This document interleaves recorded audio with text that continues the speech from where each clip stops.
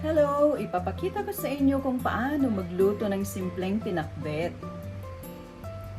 Ayan, so eto na prepare ko na ang ating mga ingredients sa ating pinakbet. So eto ay kalabasa, okra, sitaw, siling haba, at saka labanos. Tsaka meron din palang ampalaya, kung nakikita ninyo may ampalaya dyan.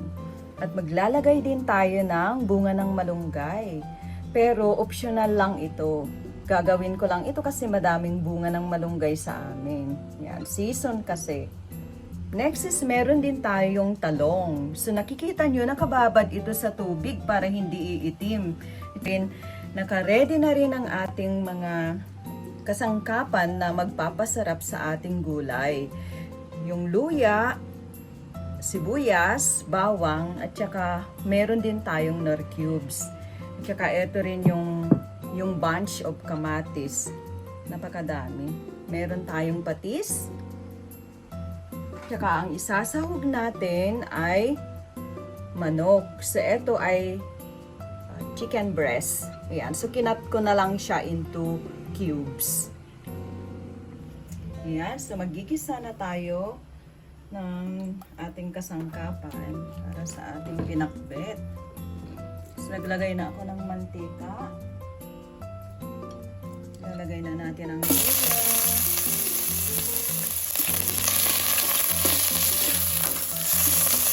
Nilagay na rin natin ang bawang.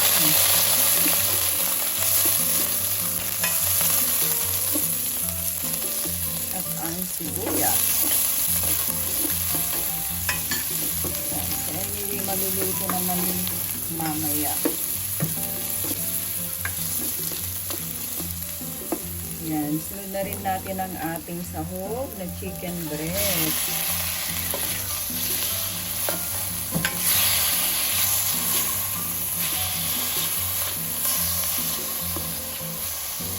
At ilagay din natin ang nor cubes. Yan, so chicken nor cubes yan. So lutuin lang natin ang ating sahog hanggang maging light brown.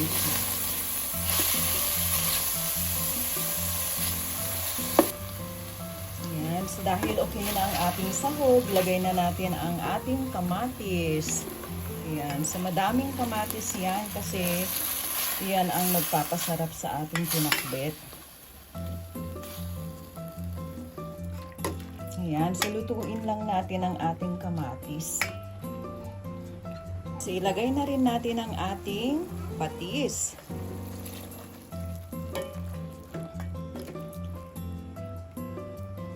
Tapos, isunod na rin natin ang ating malunggay. So, mauna yung ating malunggay para maluto siya.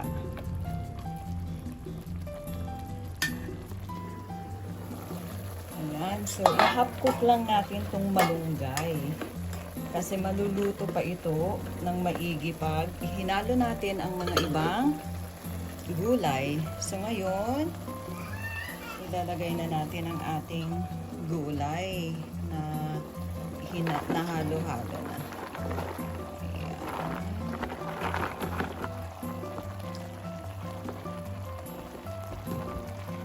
Tapos, takpan lang ulit natin ito.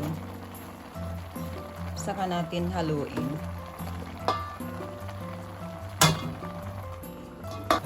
Dahil kumulo na, pwede na nating haluin. Kasi meron pa tayong isang ilalagay na gulay, yung talong. So, ganito lang ang paghalo ko, guys. Ayan. So, ayan. Tapos, ihahalo natin yung last na gulay, yung talong. Tsaka takpan natin ulit, pakuluin, tapos ihalo. Ayan, so check natin ang ating talong kasi yun ang last na nilagay natin. So haluin ulit natin.